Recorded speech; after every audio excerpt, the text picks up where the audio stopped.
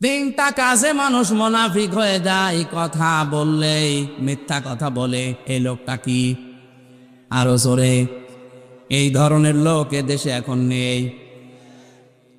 সেদিন চট্টগ্রাম থেকে আসার সময় এক নেতা পাশে বসা ছিল, উনি বলছিল, হুজুর আর কত মিথ্যা কথা বলবো, জীবন শেষ হয়ে গেল। সকাল থেকে উঠে শুরু করি রাত 10টা পর্যন্ত মিথ্যার উপরে আসি, আমি আর পারছি না। তাহলে বোঝা যাচ্ছে দেশে অনেকে এখন মুনাফিকের রোগে রোগী আছে। ঘন্টা আল্লাহ খেলা করার জন্য দেয়নি। দ্বিতীয় নম্বরে মুনাফিকের আচরণ আমরা চরিত্র সম্পর্কে জানি। ওয়াইদা ওয়াদা আখলাফা, যখন ওয়াদা করে তখন ওটা খেলাফ করে ফেলে আর মনে রাখে না।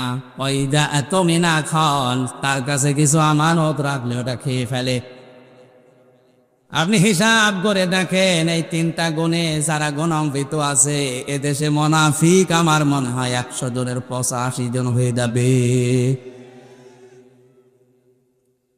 আর ভয়ঙ্কর লাগে আজটা পড়ার পরে এই কারণে, কারণ নবীজি মুনাফিকদের যে চিহ্নগুলো, শাস্তিগুলো কোরআন দিয়ে হাদিস দিয়ে বর্ণনা দিয়েছে, সব যাতে মারাত্মক। আয়াত সূরা নিসার 140 নম্বর আয়াতটা, ইন্নাল্লাহা জামিউল মুনাফিকিনা ওয়াল কাফিরিনা ফি জাহান্নামা জামিআ। কিছুই লাগবে না ভাই, এখন চুপ করে বসে থাকে। বগুড়াবাসী আরো খেয়াল করে শোনেন, অবশ্যই আমি আল্লাহ জাহান্নামে একত্রিত করব মুনাফিক আর কাফেরদের। আগে কাদের নাম আরো জোরে বলেন। তার মানে বোঝা যাচ্ছে আল্লাহর দৃষ্টিতে কাফেরের চাইতেও নিকৃষ্ট মুনাফিক। আর নবীজি ইন্তেকালের আগে জানিয়েছেন এই যে মুনাফিক, এটা জাহান্নামের নিচে থাকবে যারা, ইন্নাল মুনাফিকিনা ফিদ দারকিল আসফালি মিনান নার ওয়ালান তাজিদা লাহুম নাসীরা। মুনাফিকরা জাহান্নামের একেবারে নিম্নে থাকবে, ওদের সাহায্য কেউ এগিয়ে আসবে না, কাউকে তারা পাবে না। এটা ভয়ঙ্কর শব্দ একটা। অন্যান্য কাউকে সাহায্য করা হবে না এমন কথা কোরআনে খুব কম আছে, কিন্তু মুনাফিকদের বেলায় লান আছে, ওয়ালান তাজিদা লাহুম নাসীরা। মুনাফিকদের জন্য কোনো সাহায্য, আরো জোরে বলেন। এই কথাগুলো বলতে বলতে বিশ্ব নবী জানিয়েছেন এই যে মুনাফিক নিকৃষ্ট আল্লাহর সৃষ্টি জগতে যারা, এরা কিন্তু কোনো ইহুদি, খ্রিস্টান, বৌদ্ধ, মাজুসি, হিন্দু এদের ভেতরে তৈরি হবে না। কিয়ামত পর্যন্ত মুনাফিক তৈরি হবে শুধুমাত্র আমার উম্মত মুসলমানদের ভেতরে। এখন যদি কেউ বগুড়াতে জিজ্ঞাসা করে আমি ইহুদি দেখব, যান অভিশপ্ত ইসরায়েলে যান, শুধু ইহুদি পাবেন। কথা বলে না কেন? কোন মানুষ যদি বলে আমি খ্রিস্টান দেখব, যান আপনি আমেরিকা যান, শুধু খ্রিস্টান দেখতে পাবেন। এখন একজন বলছে আমি বৌদ্ধ দেখবো, আপনি মায়ানমারে যান, চীনে যান, শুধু বৌদ্ধ পাবেন। আর একজন বলে আমি মুশরিক দেখবো, হিন্দু দেখবো, পাশের দেশে যান, শুধু হিন্দু পাবে। কথা বলে না কেন? লোকটা যদি বলে সব যাইতে নিচে থাকবে জাহান্নামে যারা মুনাফিক, আমি এদেরকে দেখবো। কারণ এই দেশে আমরা জানি 100 জনের 96 জন মুসলমান দাবি করে। কথা বলেন ঠিক কিনা? তাহলে মুনাফিকও আমাদের ভেতরে থাকার সম্ভাবনা আছে। আব্দুল্লাহ বিন উবাইয়ের জন্য নবীজি কিন্তু 70 মাররাতান পর্যন্ত বলার পরে ফেরেশতা জিবরাইল যখন থেমে গেছে, নবীজি মনে মনে সিদ্ধান্ত নিয়েছিলেন যে এখন আমি 71 বার দোয়া করব। 70 বারে যদি হবে না, আমি তো 71 বার করলে আল্লাহ তো নিষেধ করেনি। সঙ্গে সঙ্গে জিবরাইল এসে পরবর্তী শব্দটা নাজিল করলেন, ফালাইয়াগফিরাল্লাহু লাহুম। হে নবী, 71 বার না, এর জন্য যদি কিয়ামত পর্যন্ত আপনি দোয়া করেন কবুল হবে না। শুধু এর জন্য না, আয়াতের শেষে আছে হুম, কি আছে আরো জোরে, এর মতো যারাই চরিত্রবান হবে, মুনাফিক হবে, তাদের জন্য আমি আল্লাহ মাফ করছি না, করব না।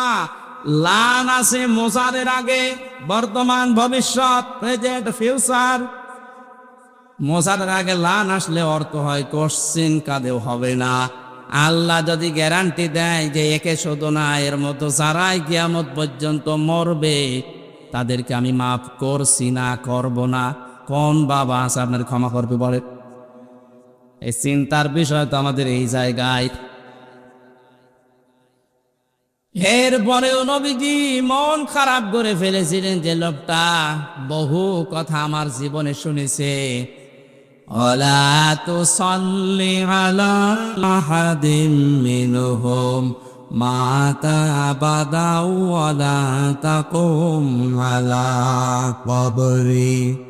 হে নবী, এ লোকটার জন্য দোয়া করা তো দূরের কথা, ওর কবরের পাশে পর্যন্ত আপনি দাঁড়াবেন না। আমার মনে হয় যেভাবে বাংলাদেশে দিন দিন মুনাফিক যে হারে বাড়ছে, কোরআন নাজিল হওয়ার সিস্টেম থাকলে হাজারো মানুষকে কবর দেওয়াই লাগতো না। মুনাফিকদেরই যদি কবর দেওয়া না লাগে, কাফেরদের কবর দিয়ে লাভ আছে? মুশরিকদের, আরো জোরে, মুশরিকদের কবর দিয়ে লাভ নেই। এর প্রমাণ নবীর চাচা আবু তালেব। লোকটা মারা দেওয়ার পরে নবীজি তার কবরের পাশে দাঁড়িয়ে দোয়া করেছিলেন, আল্লাহ তুমি আমার চাচা আবু তালেবকে মাফ করে দাও। ফেরেশতা জিবরাইল এসে বলে, হে নবী হাত নামান। কার জন্য হাত তুলেছে? মা কানা লিন-নাবিয়্যি ওয়াল্লাযীনা আমানু আইয়াস্তাগফিরু লিল মুশরিকিন ওয়ালাউ কানু উলি কুরবা ইলা আখিরি আয়াত। সূরা তাওবা 11 নম্বর পারার 4 নম্বর পৃষ্ঠার 4 নম্বর লাইনের 113 নম্বর আয়াতের প্রথম অংশে আছে। এটা তাফসীর ইবনে কাসিরে পাবেন। আল্লাহ পাক বলেন, হে রবি আপনি হাত তুলেছেন, নামান হাত। শুধু এই লোকটার জন্য না, কোন মুশরিকের জন্য, কোন নবী, কোন ইমানদারের জন্য জায়েজ নয়, শোভনীয় নয়, উচিত নয় যে সে আল্লাহর কাছে ক্ষমা চাবে, যদিও ওইটা নিজের নিকট আত্মীয় হয়। বগুড়াবাসী আপনার বিবেককে এখনো ঘুরবে না? নবীজির চাচা, আপন চাচা মুশরিক, হাত তুলে দাঁড়িয়ে আছে নবীজি। আল্লাহ বলছেন হাত নামান, এ হাত কবুল হবে না। অথচ জীবনে নবীজির হাত তোলা লাগে নাই, শুধু বদরের ময়দান ছাড়া উনি মনের ভেতরে কামনা আসলে কবুল হয়ে যেত। বদরের ময়দানে উনি হাত তুলেছিলেন, এত উপরে তার বগল দেখা যাচ্ছিল, চাদর ছিল শরীরে, চাদরটা পড়ে গিয়েছিল।